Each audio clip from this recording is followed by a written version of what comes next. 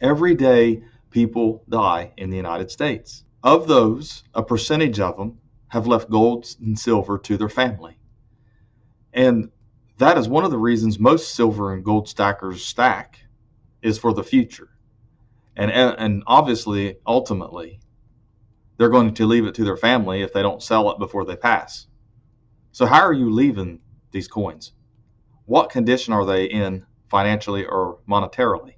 So basically, what I'm trying to say here is that if you are paying a huge premium over spot on gold and silver, and then you go and leave your family behind and leave it all to your family, that was money that you could have actually bought more so that they could get more out of it when you're gone. We're going to talk about that, and we're going to talk about stacking and stacking ugly, and we're going to talk about how to buy stuff and when you should buy it, or at least how you should buy it. So stay tuned.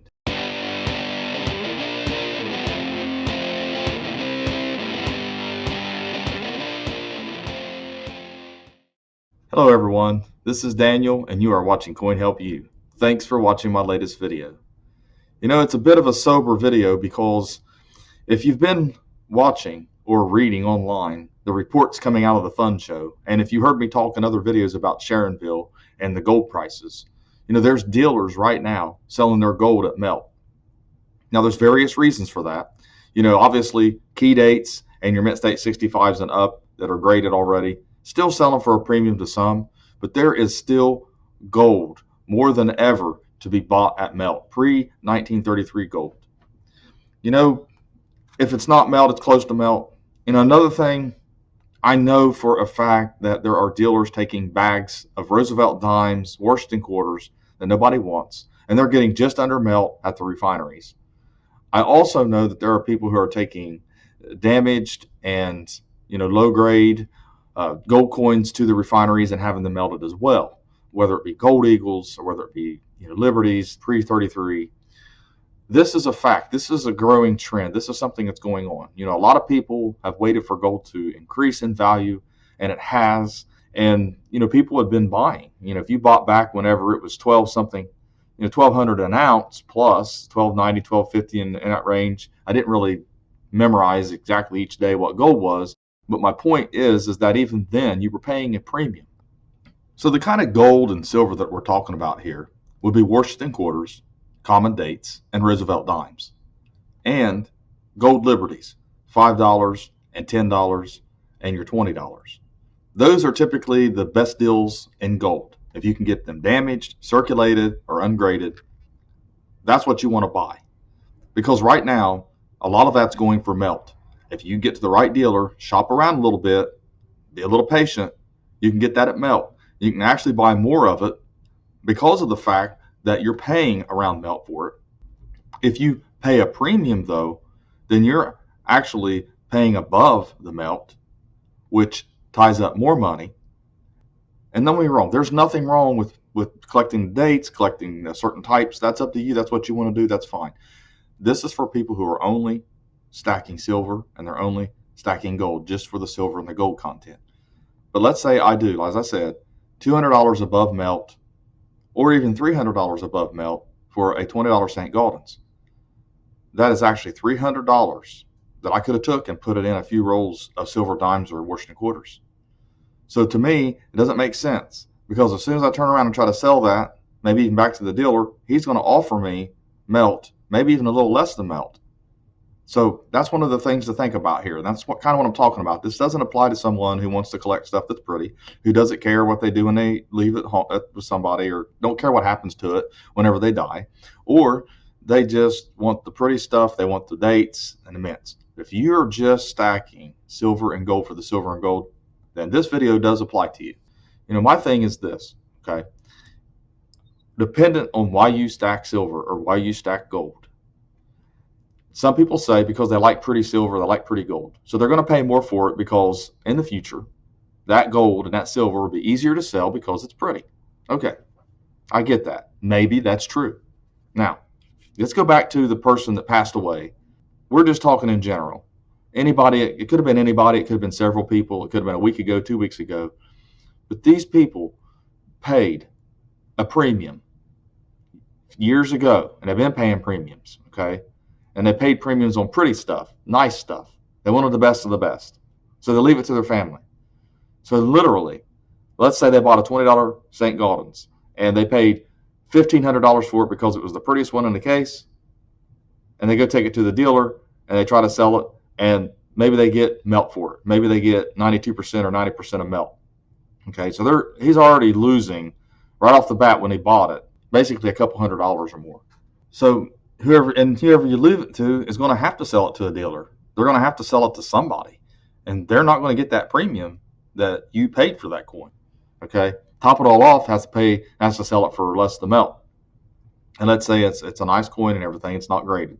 Okay, now try to keep this from being too confusing.